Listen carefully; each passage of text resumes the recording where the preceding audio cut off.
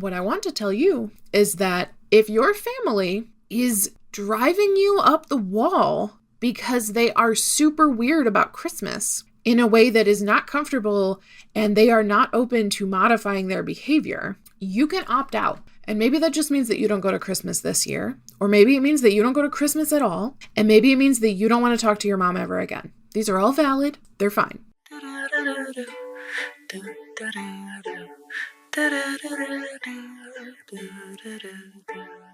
Hello and welcome back to another episode of the Neurodivergent Creative Podcast. I am very excited that you are here. Gwen is very excited to look out the window next to me. It's been a while. In November, we went down to 2 episodes a month.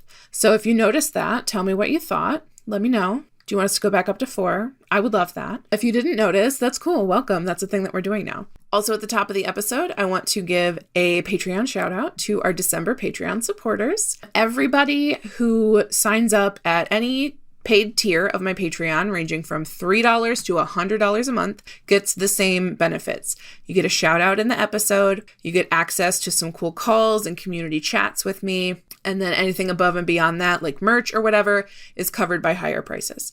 But it's very non-hierarchical. Nobody who pays more gets more access to me. Fun fact, I kind of like it like that. So here's our Patreon supporters. I'm going to do first names only. Thank you for your financial support to Alexis, Amaris, Atan, Bay, Beth, Bird, Brennan, Jesse, Katie, Kitty, Nell, Nicola, Samaya, and Stephanie. Thank you for being part of the Neurodivergent Creative Pod family. Thank you for supporting me. Thank you for being excited to be here and build this with me. I'm super pumped. So, without further ado, what is today's topic? It's less perky than I'm feeling right now, but maybe my perkiness will help. We are going to talk about parental estrangement and family estrangement at the holidays. So, estrangement, the word strange in there relates to like a stranger, right? Like if you meet a strange man, traditionally that would mean that you meet an unfamiliar man. Nowadays, if you say I met a strange man, people would think like the man himself was strange in some way. But what that actually means is just I didn't know him. He's a stranger to me. And that's what estrangement means. It's sort of an intentional strangerifying of somebody that you once knew, usually pretty closely. A lot of times, this is a familial relationship. You can have an estranged, like, best friend, I guess, if you just sort of, like, drift apart, or maybe something happens and you just no longer speak. But we are going to be talking specifically around family and parental estrangement in this episode. Why now? Because it is the holiday season. The holidays are upon us. So on top of like the winter blues, which our next December episode is going to be about winterizing your brain and preparing for the lack of sunlight, shorter days, coldness, like there are very real physiological effects from the cold and the dark that we need to prepare ourselves for. And on top of that, it is a very holiday season. Like I would say that the holiday season starts on November 1st, and then we'll take it all the way to like January 1st, right? This is the time when your mom is texting you being like, what are you bringing to Thanksgiving dinner?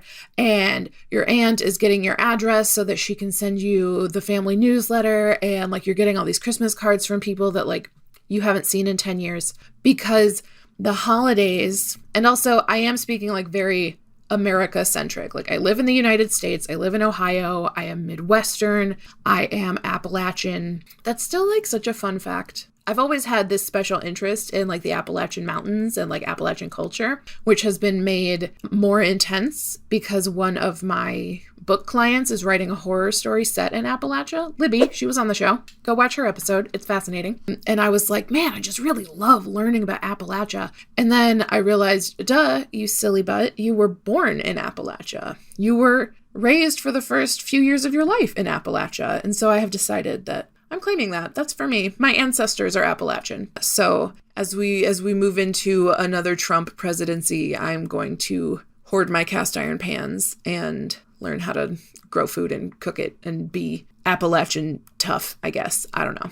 We're going to see how that works out. I'm probably just going to cry in the corner, but whatever. We're back. So holidays, families, it's hard, especially when you are estranged. So I have been estranged from my parents and most of my family since about like 2017, 2018. 2018 was like the final contact overall. So I'm going on 6.5, about to be 7 years next year since I have like spoken to my parents. I have emailed a little bit with my dad in the past year. So there was like 6 years of nothing. And then after a lot of therapy and after reading books and after being like, okay, maybe, like I talked to my aunt and she would give me updates about him. And I realized like I am concerned for him, like what's his health like? And I decided to get back in touch. And I kind of regret that, but we'll talk about that part later. That's a little teaser. This time of year is so family oriented that it is like rubbing salt in a wound. And it's so hard. And it's probably the time of year when most people are second guessing that estrangement. So this episode, I'm not telling you to maintain your estrangement or to break your estrangement. I am telling you that no matter what you decide, it is morally neutral. This is one of those things that I love my therapist, but I hate him because he points out when I'm doing the black and white thinking thing. And I do it a lot. I have a very rigid, like binary, which is hilarious, way of looking at things. Like either I maintain my boundary and never speak to my father again, or I reach out to him and that means that I have undone all of the prior boundaries. It means a full backslide into what our past relationship was. And I tell this to my therapist and he's like, so fun fact, that's actually not how that works. You can actually reach out, talk to your dad. If it goes well, it goes well. And if it goes poorly, it goes poorly. But it does not affect anything from the past. It doesn't undo those boundaries. The best way I can think of it is like, you know, when you fall for a financing thing, right? And they're like, oh, if you put it on our special magical bonus super credit card, you get 6 months, same as cash. No interest if you pay it off in 6 months. But then if it takes you 6 months and 1 day, you get backdated interest, meaning all the charges from like your full balance at the very beginning, you now have to pay that interest because the deal was only if you paid it off in 6 months. That's how you get it, same as cash. And so this is how my brain had done this with contacting my parents, right? I was like, okay, so I have boundaries. And if I maintain these boundaries forever in accordance with the rules of do not talk to these people, then I have boundaries and I'm a boundaried person. Whereas if I break this silence, if I reach out to my dad, if I send my mother a birthday card, if whatever the thing is, if I do those things, then all those boundaries were basically lies. They were moot. They don't matter. They weren't real. And that is the part that my therapist had to be like, let's unpack that. Let's discuss why it is only triumph or failure. Let's discuss why it is only boundaries or complete and total enmeshment and toxic relationship. And that was hard for me because it is so much easier for my brain to just flip a switch that is binary that says like, yes, there is dad in your life, or no, there is not dad in your life. Because honestly, navigating the relationship challenges that come from like having an emotionally abusive, over enmeshed childhood relationship with your parents, that's really hard to navigate and re-boundary in adulthood. In my case, it's because my parents think that, well, they raised me, so they get to treat me how they treat me. And there is zero wiggle room for saying, I don't want to be treated like that. I am not interested in hearing your judgments about what I am wearing or what I am eating or what I look like or whatever. And my parents they never liked that. They were not open to that. There is not a two-way communication of expectations or boundaries or reasonable, acceptable communication. And so in my mind, I was like, well, if I reach out to my parents, then I am opening myself back up to all of that pain, all of that enmeshment, all of that hardship, all of that really, really hard stuff to navigate. Not necessarily true. So had to work on that in therapy, had to journal about that a lot, had to accept that there is nuance and gray area, and it's okay to take the temperature of an estranged relationship and see if something can be salvaged. It is okay to reach back out and say, hey, I've been thinking about you. Even if this is like during the holidays, you're not weak for doing it. In fact, when I first reached out to my dad last year, it was around Thanksgiving. And that makes sense because that's the time of year that I am thinking about him a lot and thinking about my mother a lot and thinking about extended family a lot because there's so many memories stacked on those holidays. A lot of those memories for me are toxic and fucked up and negative. I have a lot of really negative memories around Christmas and Thanksgiving and not really New Year's, mostly Thanksgiving and Christmas. Especially as a child of divorced parents, there was a lot of just kind of general drama around whose house we were going to be at. And if somebody wanted to take us out of state for a family activity. My dad had family in Pennsylvania, North Carolina. My mom has family in Texas. So sometimes there were state lines being crossed with minors. And that wasn't really a problem. But if my parents were in an argumentative space, they would find reasons to tell the other one, no, you can't do that with the kids, which is super healthy.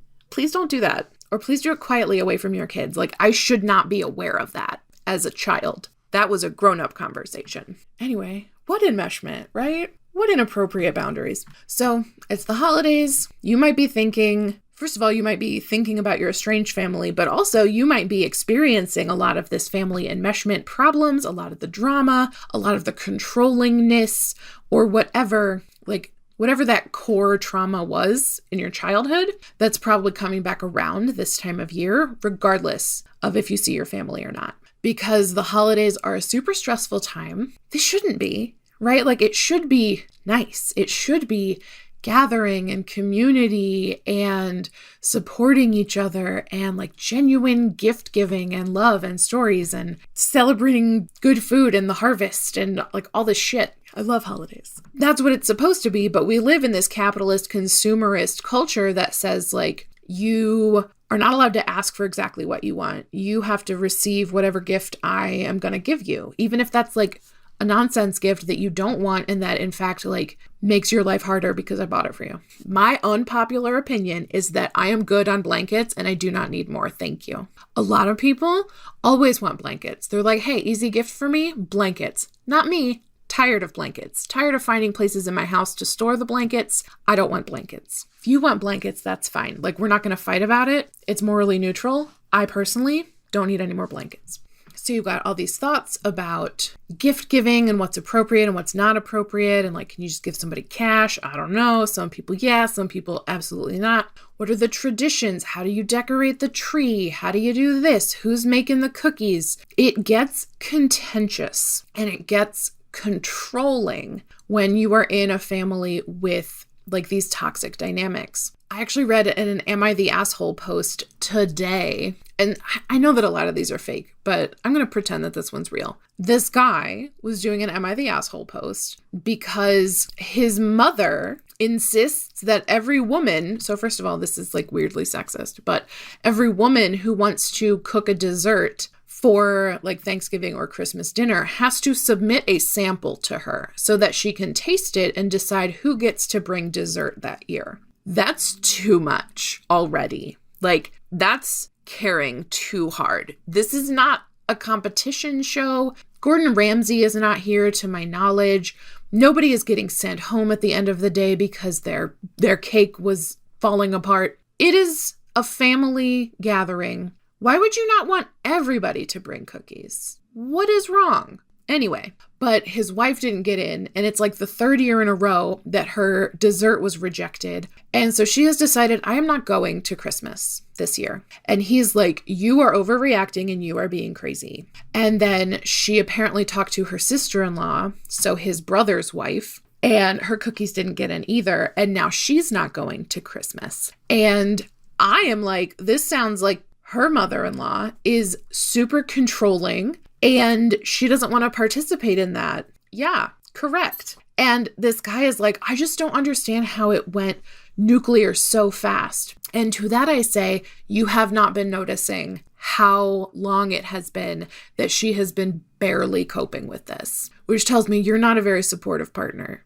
because you don't notice when your wife is super upset about this thing that keeps happening to her.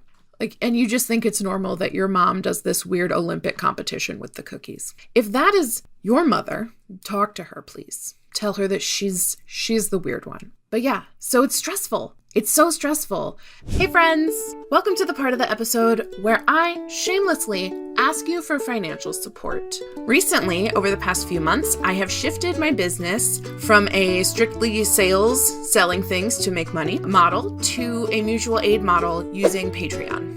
So what that means is that I want to keep queer, neurodivergent, disabled dollars inside the queer, neurodivergent, disabled community. So I'm asking you to invest in me and invest in this show and help me meet my needs and hire other neurodivergent, queer, and disabled creators to support me.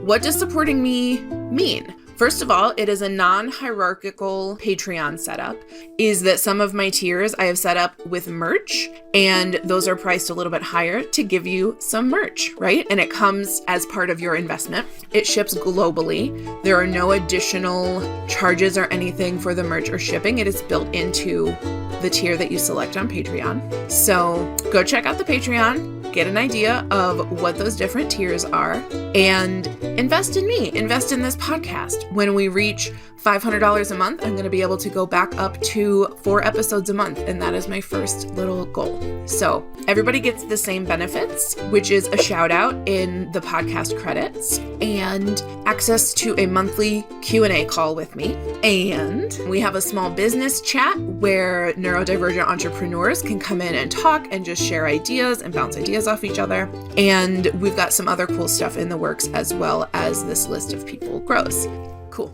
I'm just going to talk about Christmas and quit saying the holiday season, blah, blah, blah. Shorthand, Christmas. You can @ me in the comments. It will help my engagement. I am aware that there are lots of other holidays. My family has always celebrated Christmas, so I'm just going to default to that. Your Yuletide stress-inducing holiday. So your options here are go home and participate in this madness. Go home and refuse to participate in this madness and be labeled a problem person, or don't go and be labeled a problem person. All of those results are not in your control. You know, I can't control what my mother thinks of me. All I can control is whether or not I go to her house for Christmas, and that is not something that I do anymore. One of the last times I did do it, she made it weird. My sibling and I were both there, and my mom was saying something about oh, well, we mailed some of their presents. So don't worry if it looks like somebody has more, somebody has less, because, we mailed some. So it's fine. And then I'm looking and I'm like, these are pretty normal,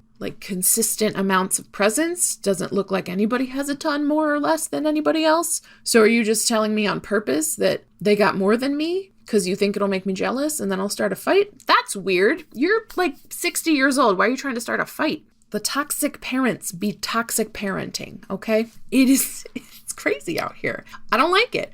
I don't want to participate in it, so I don't. Subsequently, it makes this whole season really hard because I'm constantly seeing commercials and messages and posts on Facebook about everybody's holiday preparations and decorations, and nobody in my house likes Christmas except for me. So we don't do a tree. We barely do presents. I have to kind of insist on putting up any kind of decorations or wrapping our gifts, because everybody would just hand somebody else an Amazon box and be like, Merry Christmas. I'm like, no, you have to try. You have to try 20%, please. I did just go on a little journey of my own feelings around Christmas. But what I want to tell you is that if your family is driving you up the wall because they are super weird about Christmas in a way that is not comfortable and they are not open to modifying their behavior, you can opt out. And maybe that just means that you don't go to Christmas this year, or maybe it means that you don't go to Christmas at all, and maybe it means that you don't want to talk to your mom ever again. These are all valid.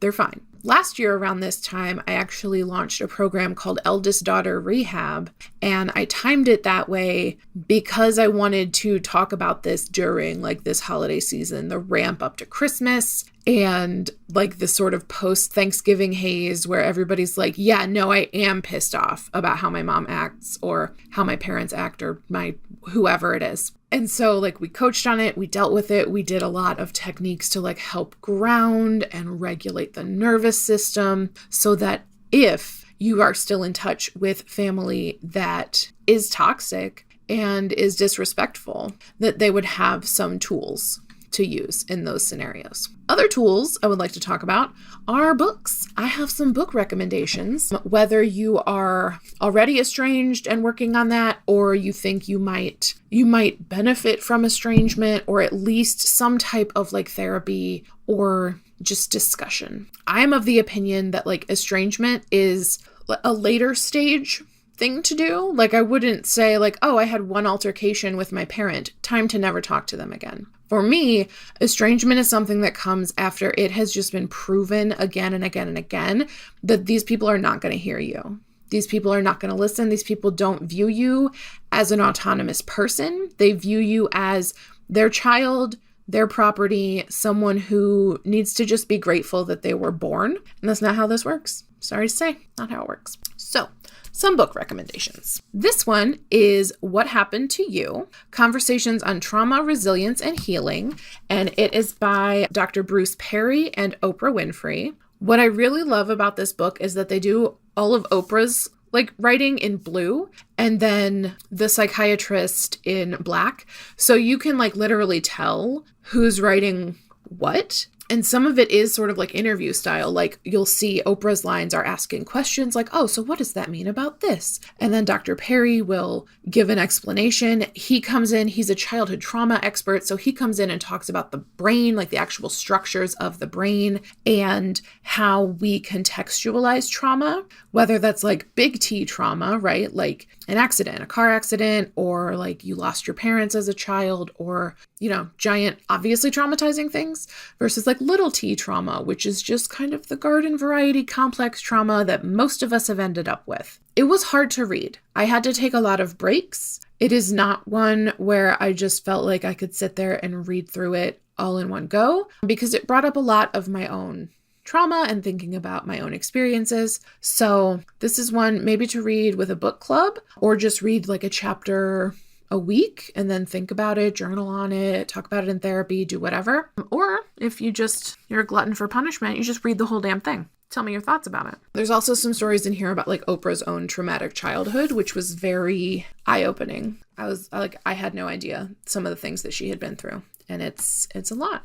Next is Getting Past Your Past by Francine Shapiro. This is like the book on EMDR, which is eye movement desensitization and reprocessing, a technique that literally was born because Francine was like thinking about something traumatic and she had a twitch in her eye. And then she found out that it wasn't bothering her later. And it literally is just the idea that rapidly moving your eyes back and forth, left to right, it has expanded. You can now do physical techniques like tapping on the left and right shoulder or your thighs, marching your feet. But anything that goes from left to right, that bilateral stimulation of the brain and body, it actually regulates the nervous system and allows you to sort of like go in and tinker with traumatic memories. You can go in, you can see them from another perspective, and you can sort of finally finish processing them because trauma, complex trauma that continues to burden us is trauma that has not been processed. And so EMDR is a great technique for processing the trauma. And even before I got into an EMDR therapist, just reading this book helped me start seeing like triggering thoughts and like anxiety spirals. I was able to see them in a more depersonalized and distant way. And it helped me understand that I was experiencing like a trauma symptom as opposed to just having to deal with those really difficult thoughts and memories coming up. Great techniques in here that you can use on yourself right out of the gate. Highly recommend this book to anybody with trauma, who is pretty much everybody. Okay, next is If You Had Controlling Parents. And this one is, I read it a long time ago, but I do remember that it was pretty easy to read. I often like nonfiction books by therapists or coaches, or like anybody who works with clients, where they give you sort of like a specific example. They're like, meet Christina. Christina, blah, blah, blah, blah, blah. Here's what happened in her life. And here's her experience before and after this therapy. So if you like kind of like a vignette like that, where they explain someone's story and then talk about like the social emotional aspects of how that is showing up for that patient. And then obviously also in you. You can put yourself in that patient's shoes and follow along with the story. That was a pretty good read. And then this one is very gendered, but very good. This is Will I Ever Be Good Enough? Healing the Daughters of Narcissistic Mothers by Carol McBride. And it's like one of the quintessential books on being a daughter of a narcissistic mother. There's actually an acronym for that. It's DONM. God, it was the first book that I read that sort of led me down the path of realizing that I had had an abusive childhood, a realization which obviously led me eventually to estrangement. And I think even Dr. McBride, she's not saying you must be estranged. You must follow this prescribed course of action. She's like, you can forgive your mom. You don't have to forgive your mom. You can do this. You can do that. These are options. And that is how I view estrangement. Estrangement is an option. And it's also something that I think can be like, you can de-estrange, you can reconnect if you want to. I'm not going to tell you to do that right now during the holidays because it's such a stressful time and tensions are running high. But if you are thinking about your parents a lot, if you are thinking about estranged family a lot during the holiday season, think about it. Think about what you want, but also be realistic about what they're capable of, I think is the best way to put it. Like, it's not likely that they have been healing the way that you have. If you have chosen to estrange yourself from a parent or family member because of trauma, because of abuse, because of controlling behavior, because of codependency, you are likely working on regulating those issues and relearning, reparenting yourself, figuring out what went wrong, when, why, where, and repairing it. You are likely in therapy. You are likely reading these books. You are likely working on yourself. And I hate to tell you this because I wish that our parents took this as like a check engine light, as a warning sign, as a very real symptom of something that is broken and unhealthy and dangerous. But they are not. They are very likely thinking that you are a crazy person and you are overreacting and you are just never going to show back up because you're making this all about you and you're selfish. That is the story that lets them keep living. And it is very unlikely that they will let go of it because it benefits them. I think it benefits them more than doing the work and regaining a relationship with you benefits them. And that's hard. And I deserved real loving parents who modeled emotional maturity, who modeled apology, who modeled what happens when you make a mistake and hurt somebody's feelings, is that we apologize and make amends instead of saying, well, how dare you be hurt? And it's very possible that we're never going to get that apology and we're never going to get that acknowledgement. And so if you are thinking of reaching out to your family that you are estranged from, please know that it is so much more likely than not that the results will be disappointing. And they will not be what you wanted, and they will not be close to what you deserve. And that is okay in the sense that we can move on from that. It doesn't have to be the end of hope. It doesn't have to be life-altering, life-ending. I mean, it is life-altering. It's wild to not be able to call your parents and talk about a hard thing or a great thing or anything going on in your life at all. My parents don't know what's going on in my life. And that's weird. I can't call my parents for help when I need it. And that's weird. It is such a privilege to have a healthy relationship with your parents. So if you do, treasure it. And if you suspect that maybe you don't, read a book. And you're not alone. You're really not. There's so many of us out here who are navigating this and who are estranged and finding new family and new community and finding ways to move forward without that nuclear family of support. Blood does not have to mean like you fight for this at all costs, because the cost is you eventually. The cost is your boundaries, your needs, your emotional security. You can't keep fighting the true fact that these family members don't respect you and don't view you as your own human. And that is why we choose estrangement. We don't choose estrangement to get one over on them or to get them in a gotcha or to make them sad. God, it makes me sad.